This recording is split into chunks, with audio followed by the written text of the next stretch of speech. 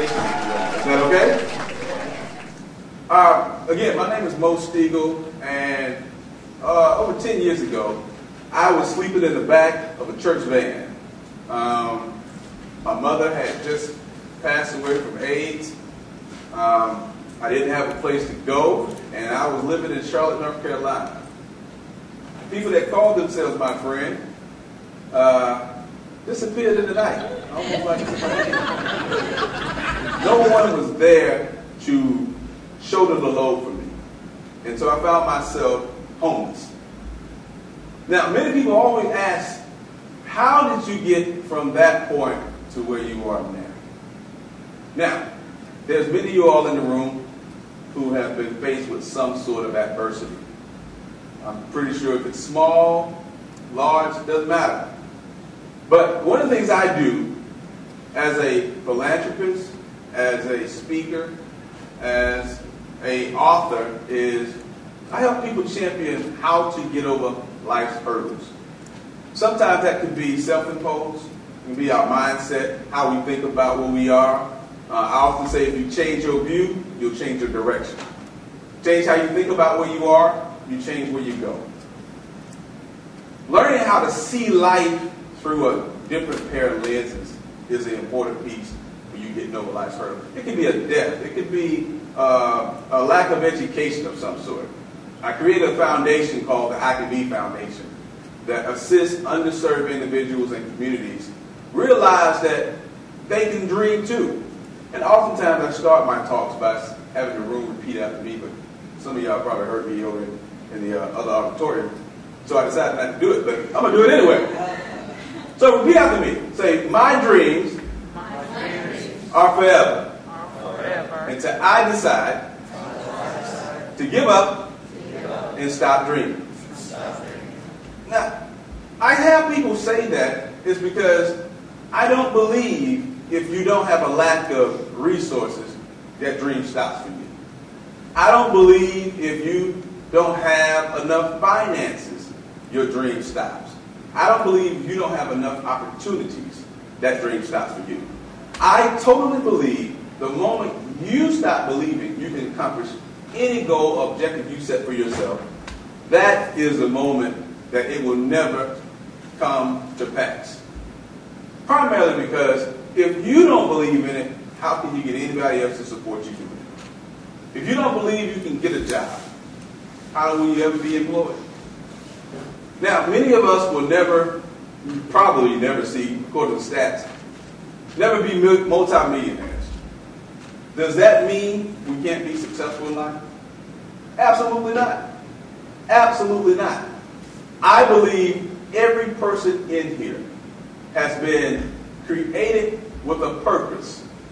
With a purpose. Now, there's many people who come before us that have died and gone on with their dreams. Elvis Presley. Y'all ever heard of Elvis Presley? Some people heard of him. All right. He was given 50 years to sing his songs. Michael Jackson, 50 years to sing his songs. The late comedian Bernie Mac, he was given 50 years to tell his jokes. And then others say, well, Jesus Christ was given 33 and a half years to save the world. I often ask this question to people.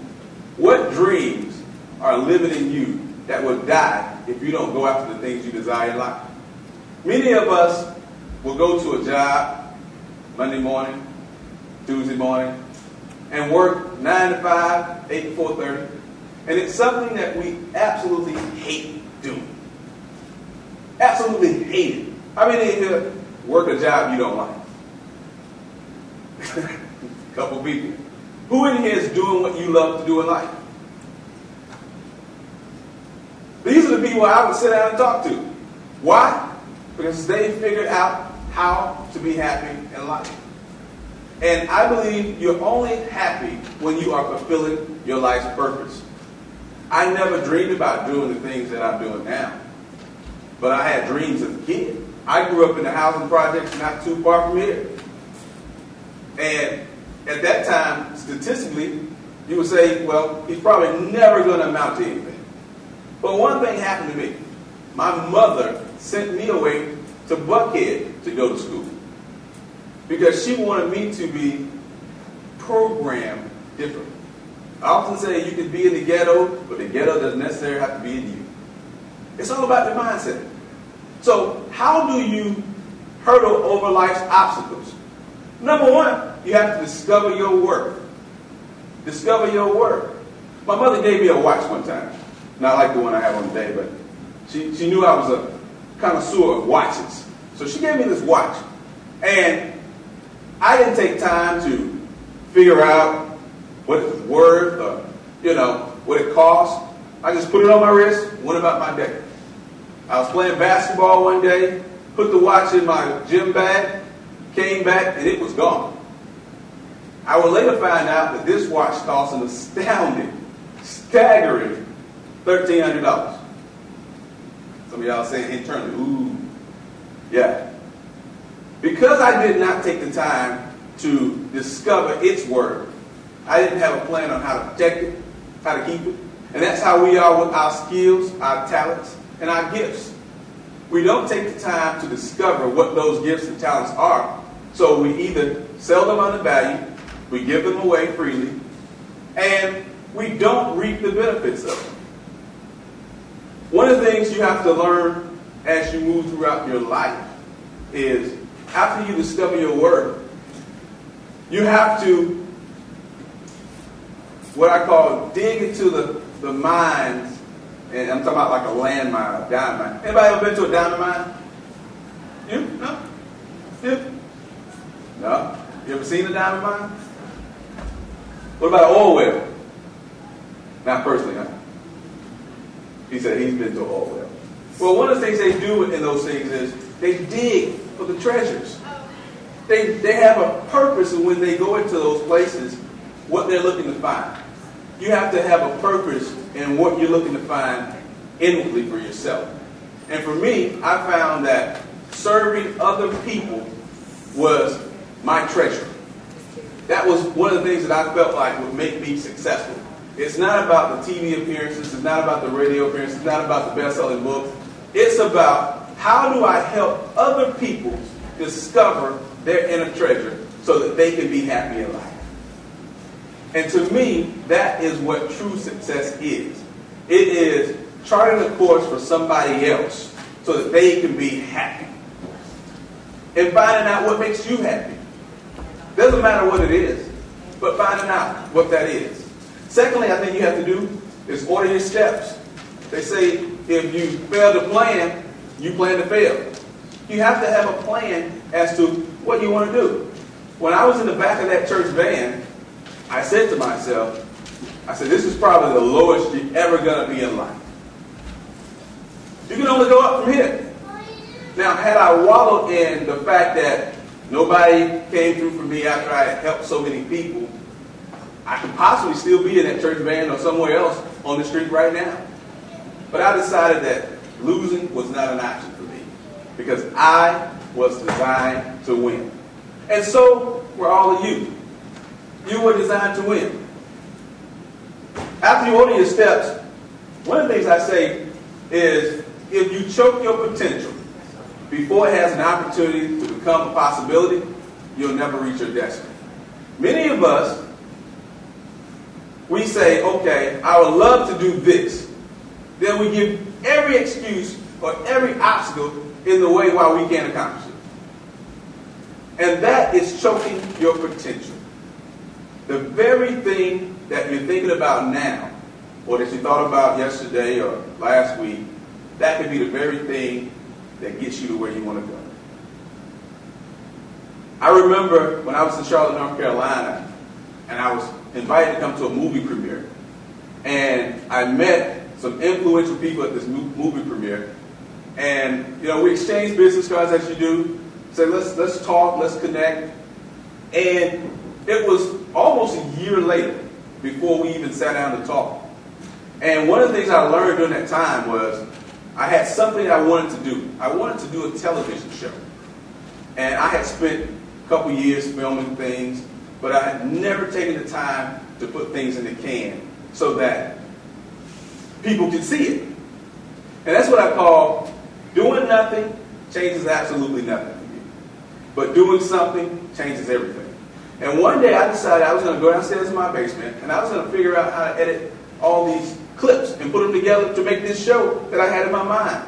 And in doing so, I was able to release myself from myself. That one act of doing something changed my life forever.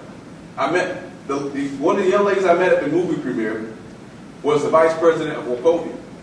She in turn had a project coming up with UNCF, traveling around the country with acclaimed actor Hill Harper, educating college kids on how to chart their own destiny and become financial literate. And because I took the time to do something, it changed everything else in my life. And I have never worked for anybody else since that time. So that's why I often say to people, you can do the things that you want to do in life. You just got to decide that that's what you're going to do.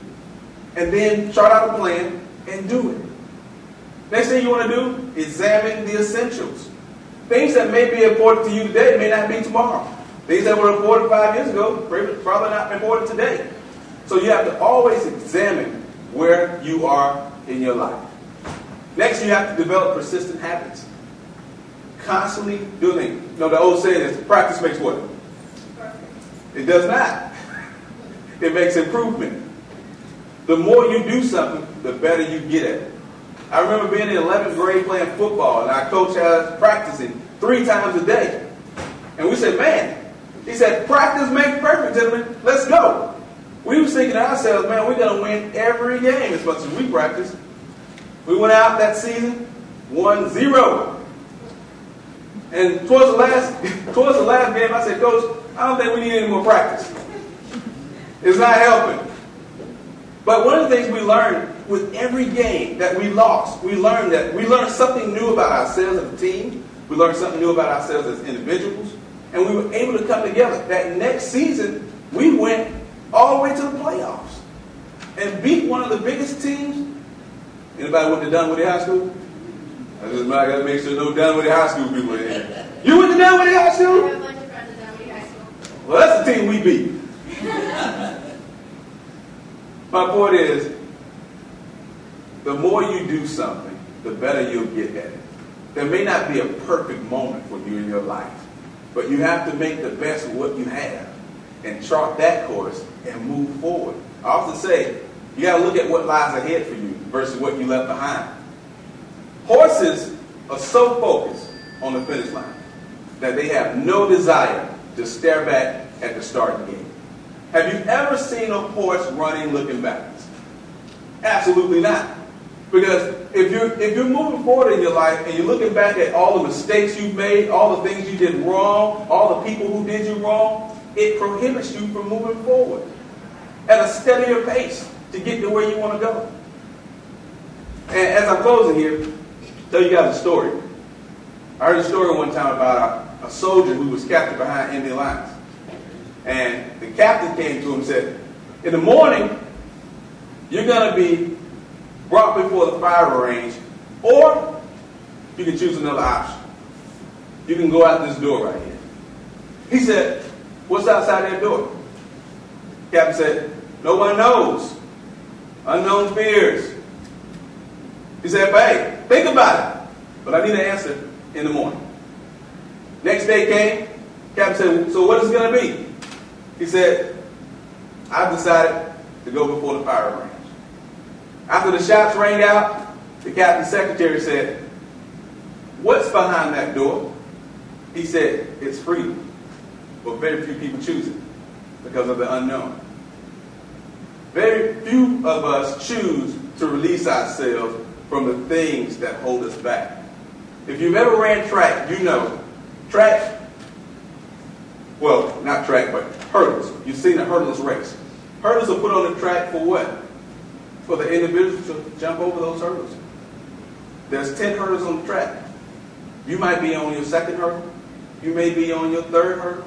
You may be on that 9th hurdle. But it's one more leap of faith, one more act, one more persistent movement that can get you to where you desire to be in life. I often say too, Thinking about change keeps you daydreaming. Dreaming about change keeps you sleepwalking. But provoking change, it empowers a community of people to become change agents, revolutionizing destinies across the globe. I'm Mo Stegall, ladies and gentlemen. I have a book that's out right now. It's called Against All Odds, I Can Be, 10 Steps to Revolutionize Your Destiny. I'm so humbled by the fact that the book reached number 2 on the bestsellers list. And you can get it at Barnes & Noble, Books A Million, Amazon, or on my website at mostegall.com. I am done with my presentation. I am open for questions.